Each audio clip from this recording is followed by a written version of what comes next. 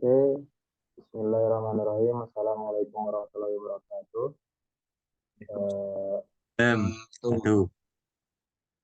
Nama saya Ria Kansa dan bersama dua rekan saya, Sidik Adiman dan Alfiza Rizky Alfiza Zuhri, ini ingin membawakan tentang hubungan diplomasi Islam Indonesia dengan Palestina. Nah ini eh, saya spill dikit dulu ya. Hubungan diplomasi Islam dengan Palestina telah menjadi salah satu isu terpenting dalam politik luar negeri negara-negara Muslim dan organisasi organisasi Islam selama beberapa dekade. Palestina adalah salah satu isu terpanas di dunia Muslim karena konflik berkepanjangan dengan Israel yang telah berlangsung selama puluhan tahun dan belum berhenti-berhenti. Ini berikut adalah aspek-aspek yang akan dijelaskan oleh teman-teman kita ini. Akan ada tambahan dari saudara Sbi dan saudara Tiga. Mungkin langsung saja. Oke, saya ingin menambahkan ya, hubungan diplomasi Indonesia dengan negara Palestina ini sepertinya sangat intens ya, yang bisa dibahas. Cuman kita persingkat saja. Jadi pertama ada dukungan terhadap kemerdekaan Palestina. Indonesia ini mendukung terhadap kemerdekaan Palestina. Juga negara-negara Muslim dan organisasi Islam ini atau yang dikenal dengan OKI itu telah secara konsisten mendukung hak rakyat Palestina untuk memiliki negara merdeka. Mereka juga telah menekankan pentingnya solusi antara dua negara ini, eh, yaitu solusi yang mengakui Israel dan Palestina sebagai dua negara yang berdaulat serta berdampingan, yang hidupnya ini berdampingan dalam damai. Terus kedua, ada kontribusi negara Indonesia terhadap bantuan kemanusiaan pada Palestina. Banyak nih negara Muslim dan organisasi Islam memberikan bantuan kemanusiaan kepada warga Palestina, bantuan kemanusiaan yang terkena dalam dampak konflik, termasuk ada beberapa bantuan medis, kemudian makanan, terus perumahan dan pendidikan, serta ada sampai Indonesia ini mendirikan satu bangunan masjid yang sangat megah di salah satu wilayah di Palestina.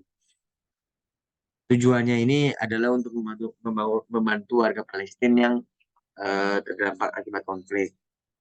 Kemudian ada juga dari sisi Indonesia membantu dalam kontribusi keuangan. Ini melalui apa sih namanya, eh, melalui beberapa apa namanya organisasi-organisasi non organisasi non apa namanya internasional kayak seperti organisasi yang non pemerintah lah. Jadi bantuan-bantuan finansial yang disalurkan kepada Palestina yang ada dari Indonesia ini disalurkan melalui organisasi-organisasi non pemerintah.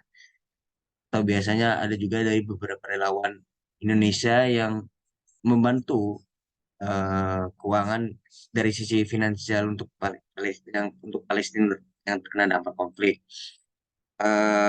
Dan digunakan untuk membangun proyek-proyek infrastruktur, pembangunan ekonomi, dan rekonstruksi wilayah yang terkena dampak konflik. Itu yang bisa saya sampaikan poin-poinnya. Mungkin ada tambahan dari teman Rafiza, saudara Rafiza. Ya mungkin saya ada 3 poin yang ingin saya tambahkan terkait dengan diplomasi Indonesia terhadap pertama yaitu di diplomasi internasional ya. Negara-negara Muslim sering menggunakan platform diplomasi internasional seperti Perserikatan Bangsa-Bangsa atau yang sering dikenal dengan PBB untuk apa? Untuk mengadvokasi hak Palestina dan mengkritik tindakan yang dianggap melanggar hukum internasional yang dilakukan oleh Israel. Mereka juga mendukung upaya-upaya internasional seperti perjanjian Oslo dan Konvensi Perdamaian Madrid yang bertujuan mencapai perdamaian antara Israel dan Palestina. Selanjutnya yaitu ada isu Yerusalem. Isu Yerusalem atau Al-Quds adalah salah satu aspek penting dalam hubungan diplomasi Islam dengan Palestina.